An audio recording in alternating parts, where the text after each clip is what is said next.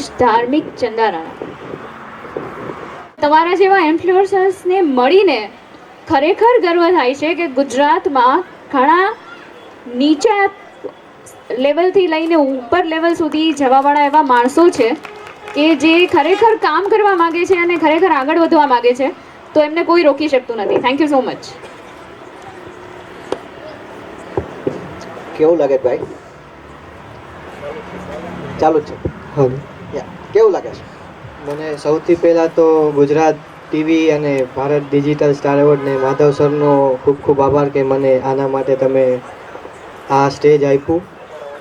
અને સૌથી પહેલાં તો તમારો ડીએમએમ આવ્યો એટલે મને એવું થયું કે અત્યારે મને આટલી પબ્લિક ઓળખે છે, બટ આવું ઓચિકતાનું આવે એટલે એઝ અ હું I am a musician, as a artist આપણે થાય કે ના કંઈક કોક આપણે ઓળખે છે, પણ મોટા લોકો ઓળખે છે એ બહુ ઓછી હોય. કારણ કે આજે આપણું સ્ટાર્ટઅપ હોય ને કહે ને કે તમે સ્ટાર્ટઅપ કરો એટલે બધા સપોર્ટ ન કરે, પણ તમે કંઈક કરીને દેખાડો ને એટલે સામેથી બધા ગોતતા આવે. ગુજરાતીમાં આપણે કહેવત છે, ઉગતો સુરત બધાય પૂજે. હા, ઉગી જાય ને પછી તો આખી દુનિયા ઊભી છે. સો આ આપણી એક દિલથી એવી ઈચ્છા છે. અગેન જ્યાં જ્યાં મને લાગશે ને હું વચ્ચે જે મારી દિલની ભાવના હશે હું તમારાથી શેર કરીશ. સોરી, પણ એ બહુ જરૂરી છે. ઇવન તમે તમારા વિડીયો બનાવો એની અંદર બી આ બહુ જરૂરી છે કે તમારી જે દિલની ભાવના હોય ને એ દિલથી ખોલીને વાત કરો. માણસોને એ વધારે ગમે જ નહીં કે તમે બ્યુટીફાઈ કરેલું પિક્ચર બનાવો. યસ સર, તમારું અત્યારનું કરંટ શું છે સ્ટેટસ? શું કેટેગરીમાં કામ કરો છો અને શું વિઝનથી તમારું આગળનું પ્લાનિંગ છે? અત્યારે તો હું બેઝિકલી રાજકોટનો નથી, હું દ્વારકાનો છું. અને મારો બાળપણથી જ એમ હતો કે હું એક સિંગર બનું. અને હું એ જ, કારણ કે ઘરેથી પહેલાં એમ કહે કે તું ગીત ગાઈને શું કરીશ. અત્યારે ગુજરાતીના છોકરાઓના મમ્મી પપ્પા આપણે કારણ કે ગામડામાં રહેતા હોય એટલે કોઈ સપોર્ટ ન કરે કે તું ગીત ગાઈને શું કરીશ ને આમાં તને શું મળશે. પણ મારું એવું છે કે મેં મમ્મી પપ્પાને કંઈ કીધું નહીં, પણ અત્યારે જે હું કરીને દેખાડું છું ને એટલે મને ડબલ સપોર્ટ કરે છે. કારણ કે આપણે ગામડાની પરિસ્થિતિ આપણે ખબર હોય છે આપણા ઘરની. અત્યારે આપણે સિટીમાં કેવી રીતે રહેવું, શું કરવું. અત્યારે હું પ્લસ ક્લાસીસે ચલાવું છું અને મારો એમ એ ખાલી સિંગર બનવો નથી, અને એવો એમ છે કે હું મ્યુઝિક બધા સુધી પહોંચાડું. કેવી રીતે? કારણ કે આજકાલના પેરેન્ટ્સનું વિઝન કેવું છે, મેં સિટીમાં ઘણા બધા મારા સ્ટુડન્ટ્સ આવે એટલે પેરેન્ટ્સ મને પહેલો ક્વેશ્ચન એ કરે છે કે મારો છોકરો કેટલા ટાઈમમાં શીખી જશે. એ પણ એવું કોઈ દી સ્કૂલે પૂછવા નહીં ગયા હોય, છોકરો ફેલ થાય તોય કે તમે આટલી ફીસ ચાર્જ કરો છો, આટલા લાખો લ્યો છો, આટલા હજાર લ્યો છો, તો મારો છોકરો ફેલ કેમ થયો. પણ અહીંયા મ્યુઝિક છે, કંઈ પણ આર્ટની એક્ટિવિટી છે, મ્યુઝિક, ડાન્સ, એક્ટિંગ છે, એમાં પણ પેરેન્ટ્સ તરત પૂછે છે તમે કેટલા ટાઈમમાં શીખી જશો. પણ આ મ્યુઝિક એવી વસ્તુ છે મારા વિઝનથી કે હું અત્યારે જે પણ કંઈ પણ છું મ્યુઝિકથી જ છું અને આગળ પણ હું મ્યુઝિકને નહીં મૂકું. આપનું મ્યુઝિકમાં છો, ટીચર છો, સિંગિંગમાં છો, તમારો અવાજ પ્લેટફોર્મ મળ્યું છે, કેમેરા ચાલુ છે, જે તમને મૂડ આવે, જે દિલથી ગાવાની ઈચ્છા આવે, ભલે બે કડી તો બે કડી પણ ગાઓ. હું આમ તો પ્રોપર બોલિવૂડ સિંગિંગ જ કરું છું હિન્દીમાં, ગુજરાતી સોંગ્સ નથી ગાતો. પણ આપણા જે અર્બન ગુજરાતી સોંગ્સ છે જેને આપણે અત્યારે બહુ ટોપ લેવલ પહોંચાડી દીધા છે ગુજરાતીઓએ, કારણ કે જે કરી શકે ને ગુજરાતી જ કરી શકે, હું એ માનું 100%, છું. 100%. અત્યારે આખા દેશને ગુજરાતી જ હલાવે છે દુનિયામાં. તો કહે છે ને કે આપણા હમણાં ઘણા એવા સિંગર્સ છે જે ગુજરાત કરતાં આઉટ ઓફ ઇન્ડિયા વધારે શોઝ કરે છે. તો હું બોલિવૂડ જ ગાઉં છું અને મારો એમ એ છે કે હું બોલિવૂડ સુધી પહોંચું. એમાં તમારો સપોર્ટ જોશે, મારી મહેનત જોશે. કારણ કે તમે ખાલી મહેનત કરી રાખશો ને પબ્લિક સામે નહીં આવો તો કંઈ કામનું નથી. તો તમે ખાલી ચાર દીવાર વચ્ચે જ રહી જશો. સાચી વાત છે. તો હું ટ્રાય કરીશ કે બોલિવૂડ એક સોંગ છે જે બધાએ સાંભળ્યું જ હશે, સજદા, રાહત ફતેહ અલી ખાન સાહેબનું છે. રોમ રોમ તેરા નામ પુકારે,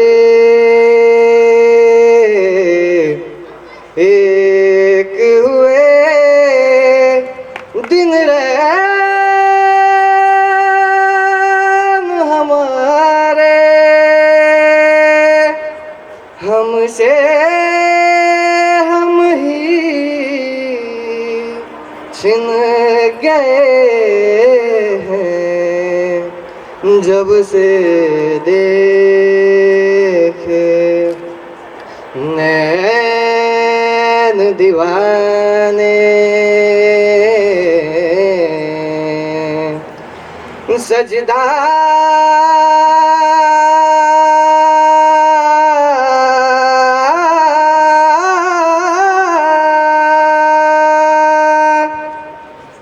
तेरी काली अखियों से जिंद मेरी जागे धड़कन से तेज दौड़ूं सपनों से आगे अब जहाँ लूट जाए ये जहाँ छूट जाए संग प्यार रहे मैं रहूं ना रहूं सजदा तेरा सजदा दिन रहन करूं मेरी जान लुट दूं तेरा सजदा थैंक यू શું કેવું ભાઈ?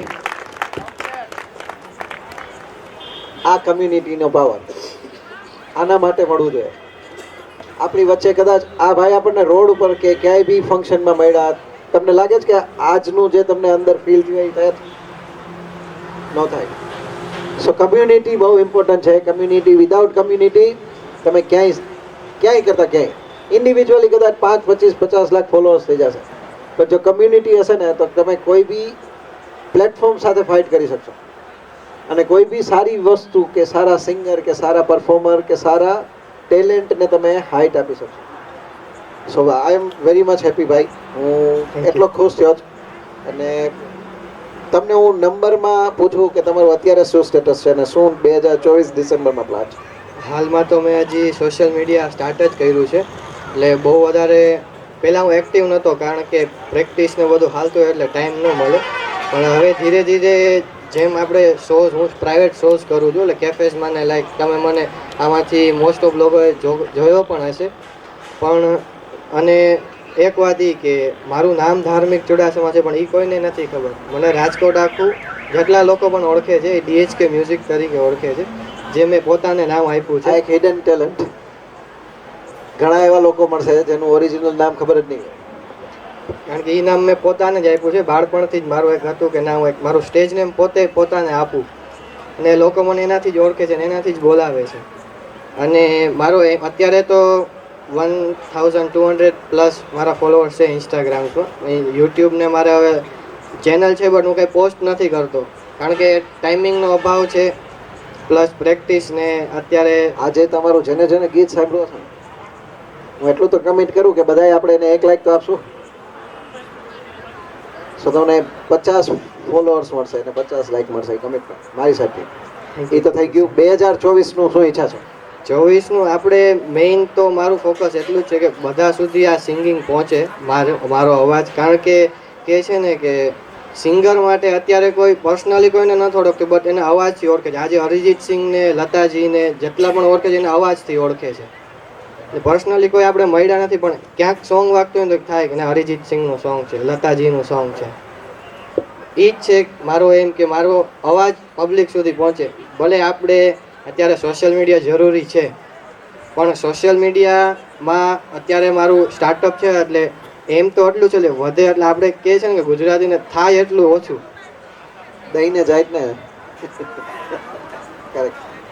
તમને ઉલટું કહું, ફોલોઅર્સમાં બધી કમ્યુનિટી હેલ્પ કરશે. હું તમને ફિઝિકલ 50 સ્ટુડન્ટ કમિટ કરું છું. 50 students. Thank you so much. આનાથી વધારે થશે, ઓછા નહીં, એ મારું પ્રોમિસ છે.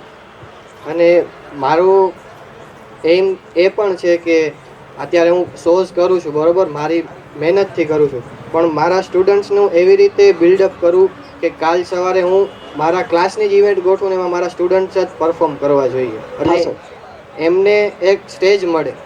અને એમ પણ એના સિવાય પણ હું ઓપન માઇક્સ પણ ઓર્ગેનાઇઝ કરું છું. એટલે શું ખાલી ક્લાસીસવાળાને પણ નહીં, જે પણ પોએટ્રી, સિંગિંગ, પેઇન્ટિંગ, ડાન્સિંગ જે પણ કરતા હોય એને ટેલેન્ટ હોય એમાં પણ સ્ટેજ ન મળતું હોય, તો તમે અમારી કોમ્પિટિશનમાં આવો છો. એટલે આપણે કોમ્પિટિશન નહીં એટલે બહુ મજા કરું, પણ આપણે સાથે મળીને કરશું. ગુજરાતી ટીવી હવે તમારી સાથે જ છે, આખી આપણી કમ્યુનિટી બિલ્ડ થાય છે, તો આપણે સાથે મળીને કરશું. તમારે જે શોઝ કરવા છે, ઓપન માઇક કરવું છે, પ્લેટફોર્મ જોઈએ છે, મેં કીધું એમ ફરીથી હું કહું છું, આપણું 4 સ્ટોરી બિલ્ડિંગ કરીએ છીએ, જેની અંદર પર્સનલ સ્ટુડિયો છે. સો ક્યારે બી કોઈને બી એવું હોય કે ભાઈ મને અહીંયા મારી કોઈ ઇવેન્ટ કરવી છે, કે આ કરું મારા 10-20 લોકો 50 લોકો માટેની કાંઈ એક્ટિવિટી કરવી છે, it's at open for you. Open support છે અમારો. તો તમારા સ્ટુડન્ટ હોય, તમે હોય, જે બી ગુજરાતી ટીવીની સાથે રહી આપણે આગળ ચોક્કસ વધશું. Thank you very much sir. Thank you so much.